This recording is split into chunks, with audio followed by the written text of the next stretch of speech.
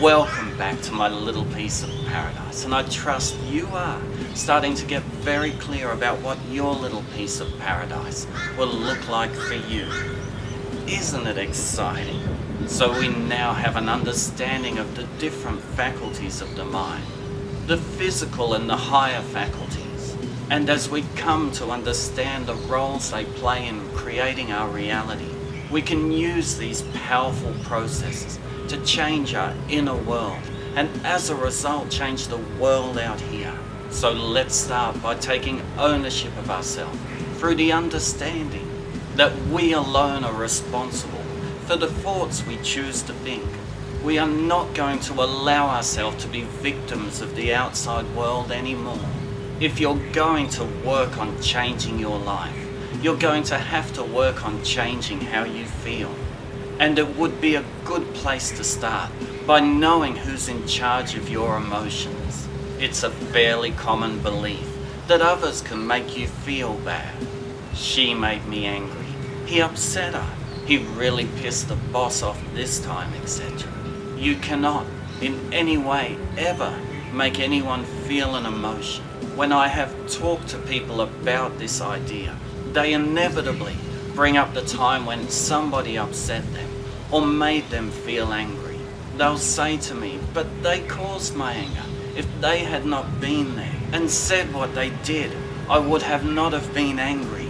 There is a big difference between cause and effect in the physical world. For example, I push the pen and it rolls. I drop the cup and it shatters. And cause and effect in the emotional world, a big difference. When someone says something to you, the words aren't going directly into your brain and switching on the I'm upset control.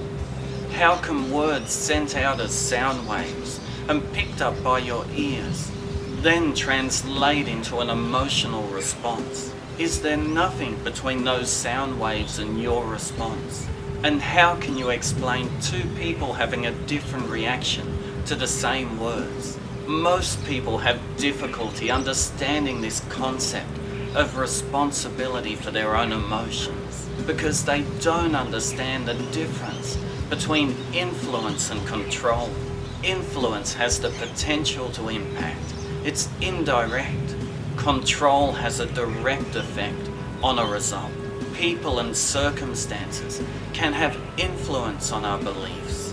When someone says or does something that goes against your current beliefs, we will use the proverbial, he pushed my button.